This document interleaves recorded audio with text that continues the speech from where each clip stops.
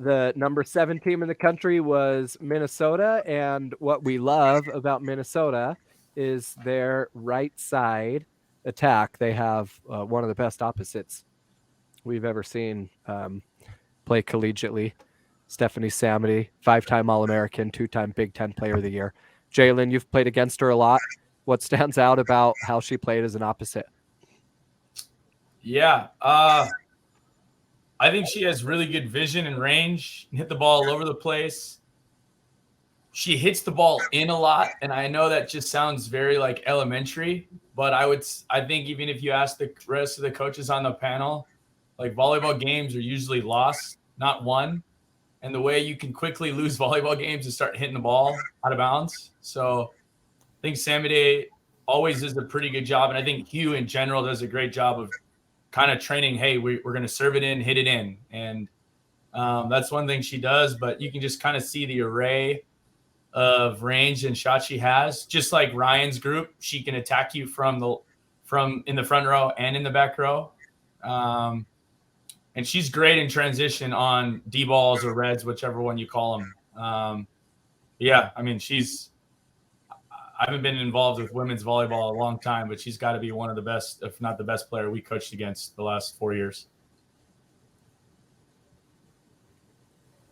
This chart here shows the leading attackers in terms of most kills for the top 7 teams from the Big Ten standings this year, and you can see Minnesota there.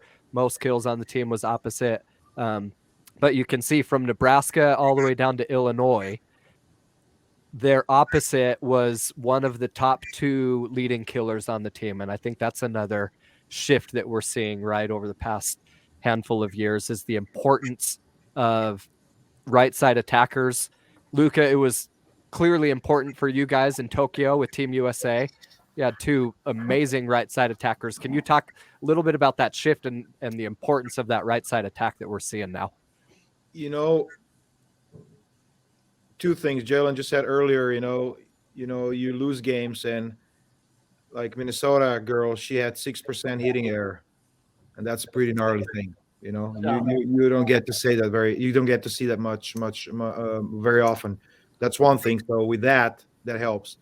Number 2, we analyzed 2016 Olympic Games. We analyzed what happened in 2017. We analyzed with USA what happened that we didn't medal in 2018.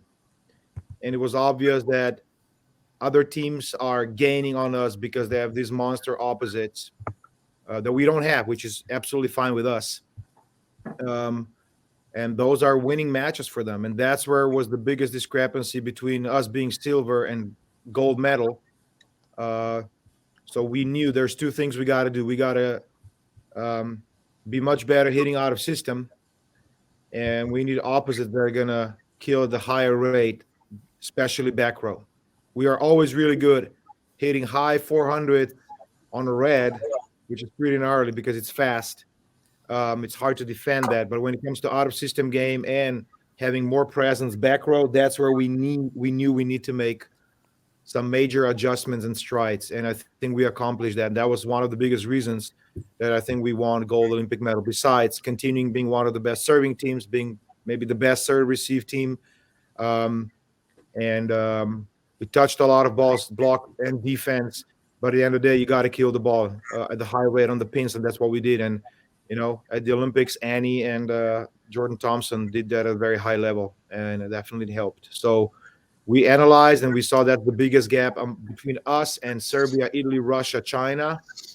Let's go. Let's figure out what do we have out there that can help us close that gap, and I think we did that pretty successfully.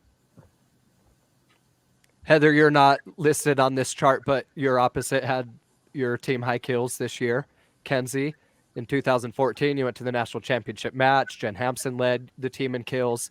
I'm going to ask you the same question I asked Luca a few minutes ago about choosing a setter. How do you choose an opposite now that we're seeing the importance of it, like Luca just talked about? You got this group of girls now walking into a gym. How are you going to decide this is going to be the outside, this is going to be the middle, this is going to be the opposite? Yeah, I think just going back to 2014, I don't know, and Luca probably knows more internationally. I don't think having a terminal opposite is a new trend. I mean, we knew back in 14, we got all the way to the finals. Our opposite was 6'7" and was a beast. So I don't think it's anything new. I think it's, what do you got on your team that year? Do you have that person that can fill that that role? And so a lot of times your opposite maybe isn't going to be your best passer. And you can get away with them playing 6 rotations if you've got 2 pins or a DS for one of the pins, and they're going to hit out of the back row but not have to have that weight. Our opposite did play 6 rotations and did pass for us, and she did a really good job. And so I think you got to look at, you want to recruit for that for sure. But if you don't have that one player that stands out that can play opposite, you got to figure out who can kill the ball on the right side. Excuse me. And so for us, all our pins, a hitter's a hitter's a hitter. So all our pins are going to play left and right. We don't just have an outside and a right side.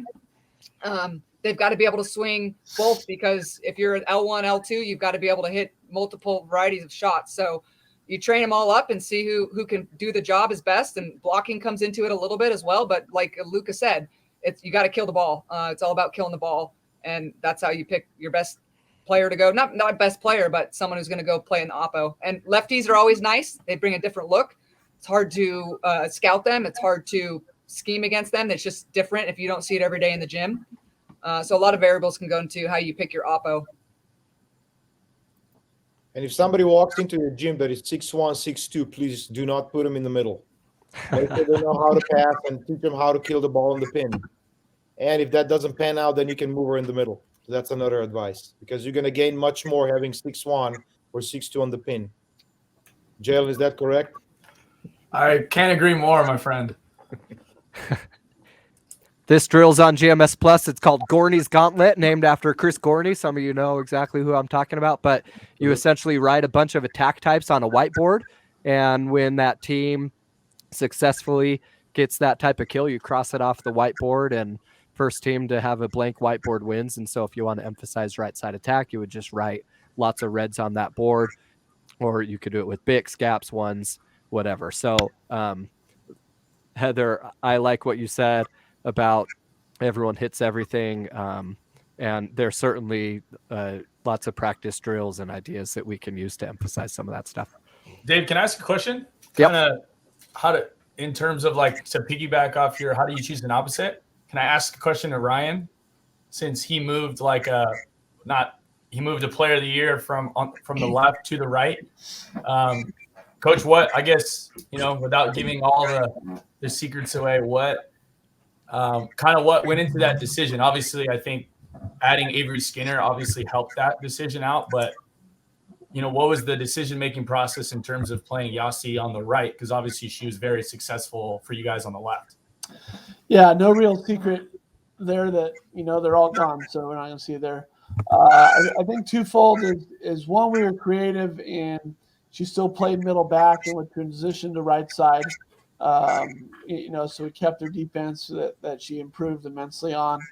I think two, honestly, in helping her career and national team, like Karch had mentioned, likes how she hits out of the back row, and in that right side would be an option so we can do it. She was a good blocker for us, so we were able to switch at the net. And, when we look at her swing, she probably ended up with more swings on the outside than she did on the right side. The other part of it was also we passed much better this year with her in the opposite spot in the pie chart. So it's 3 clean passers. We could use her to step in and pass when we needed. But I felt like we didn't have any negative rows also. So like row 4, our setter was good at dumping this year, but she was a threat all 3 rows for us there. So like I said, we took a 6'7" lefty opposite and put her at middle and let her transition into reds and fires and stuff too. So there's some other components to it. Ultimately, I think we want to put our best athletes on the floor, and I like Lauren Harrison, I like Avery Skinner, I like Yasi, and we needed that's where we landed. So, do we win the national championship? Nope. So I got to rethink it. Maybe that wasn't the right decision in there, but we'll see. Felt good about it as we went through it. Luca, can you answer this question real quick? What is your opinion on right-handed opposite taking a straight approach versus an angled approach as a right side attacker?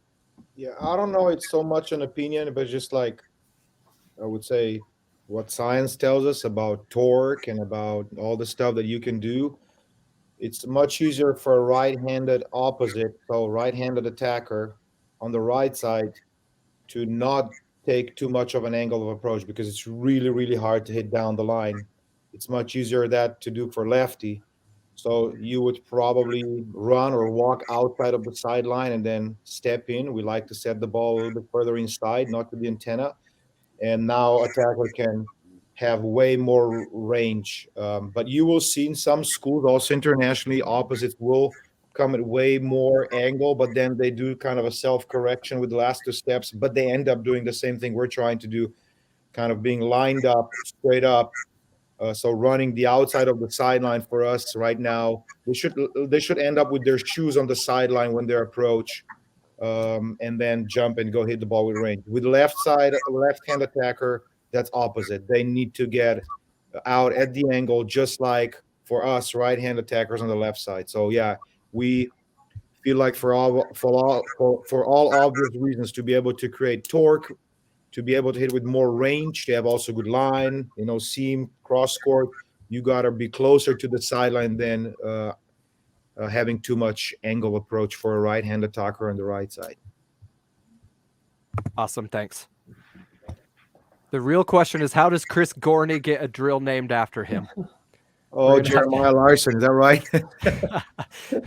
We're gonna have to send that one to Where's Mike Gourney? Wall, but Rob says that Chris is a camping legend, camp status legend.